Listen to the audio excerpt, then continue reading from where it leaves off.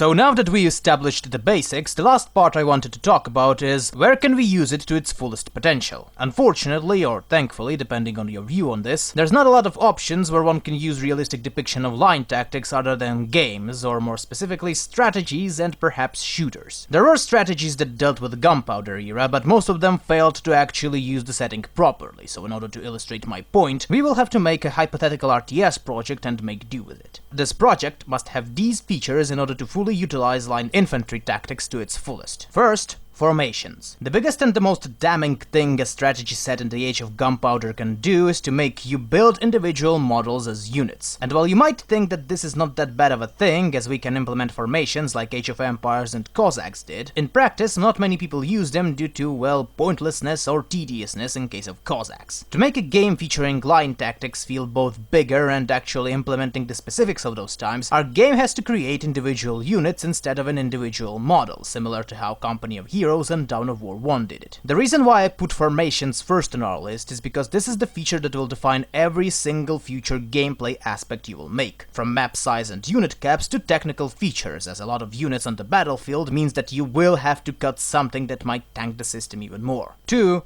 Bigger never means better. The stereotypical mass media cliché about war of that time are these ginormous battles with tens of thousands units shooting at each other until only one remains. And while there will be a lot of people that will say that they like it, bigger rarely means better, especially in a strategy game, since not all people that are into RTS can macro and micromanage their units, sometimes simultaneously. Tactics of those times, though did favor big decisive battles, were actually more oriented on establishing a good cohesion between a soldier inside a formation and their coordination with each other. This means that line infantry could ideally operate in both bigger and smaller numbers. The last part is actually very important, as not every nation of that time favored big decisive battles like Napoleon's France. For example, Russia of that time relied more on small-scale skirmishes, with big battles and sieges used only to stall the enemy while they were retreating or reinforcing. This is why lost battles like Borodino or Sevastopol are widely celebrated in Russian literature, as they were never meant to win them in the first place. And for those that are now shouting, "But I like massive battles," I'll say hence why I mentioned formations. Though ideally the unit cap should be somewhere around 1000-1500 with 25 models per regiment, you can simulate pretty big battles without having to micro every single one of your units. 3.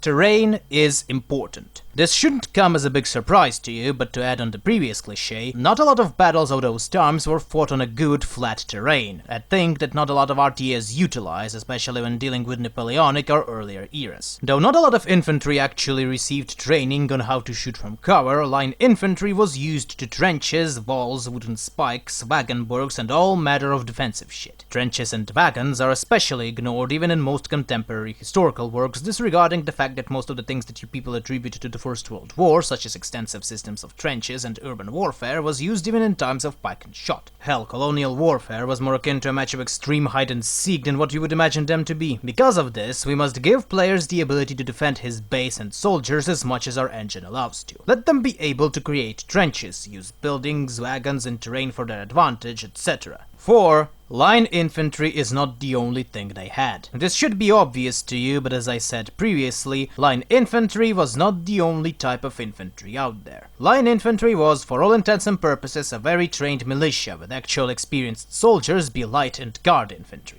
Besides them, there's always artillery that, to make the gameplay more fun, should be able to fire different types of shots, making it even more deadly. And yes, even cavalry must be included, although the reason why I didn't mention it was because cavalry's sole purpose for that time was to fight other cavalry and or harass the enemy flanks. Rarely did they fight exclusively infantry, and not that they were willing to do that either. There are several other things I could mention, but this should give you the basic idea of how the gameplay of this RTS would work. And last but not the least, don't be lazy and do your research. Military history of previous periods could be so much entertaining if only people could actually spend at least 2 solid months of actually researching how it worked and how you could implement it in the game, both in unit variety and actual gameplay. And of course, there will always be historical purists that will always be unhappy with your decisions because the buttons on the French line infantry shirt were made out of brass and not iron, or something along those lines, but, well, can't please everyone now, can you?